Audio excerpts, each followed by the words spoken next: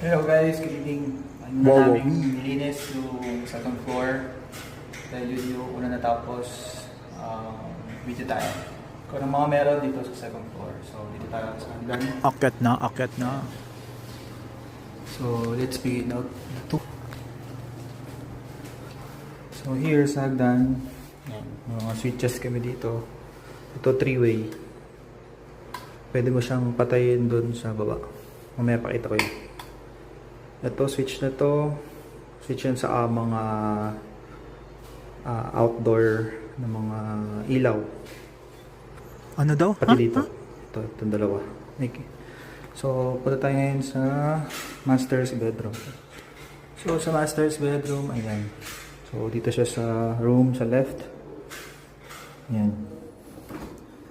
So, doorknob, ayan. Okay naman yan. Ang gana yan, oh. Okay. Budget friendly yan.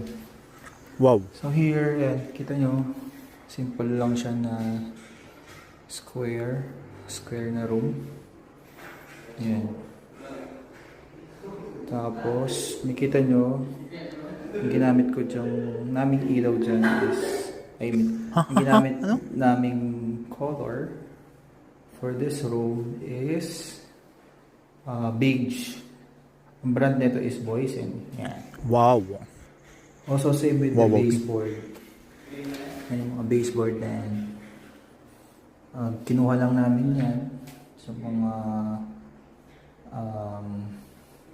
sa Google, yung mga best color Thanks to combination Google. for the baseboard and the wall. Yan to wall.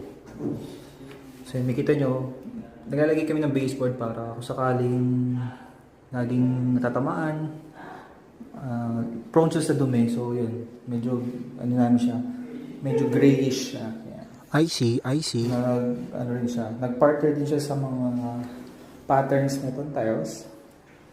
So itong tiles na ginamit namin is 60 by 60. 60 by 60 yan. Yan, 60 by 60. Tapos ceramic tiles siya. And dry pack ang ginamit namin. So yun, sa mga window, ayan. Si owner ang nag-deliver niyan, Wow. bumili. Kami na rin nagkabit.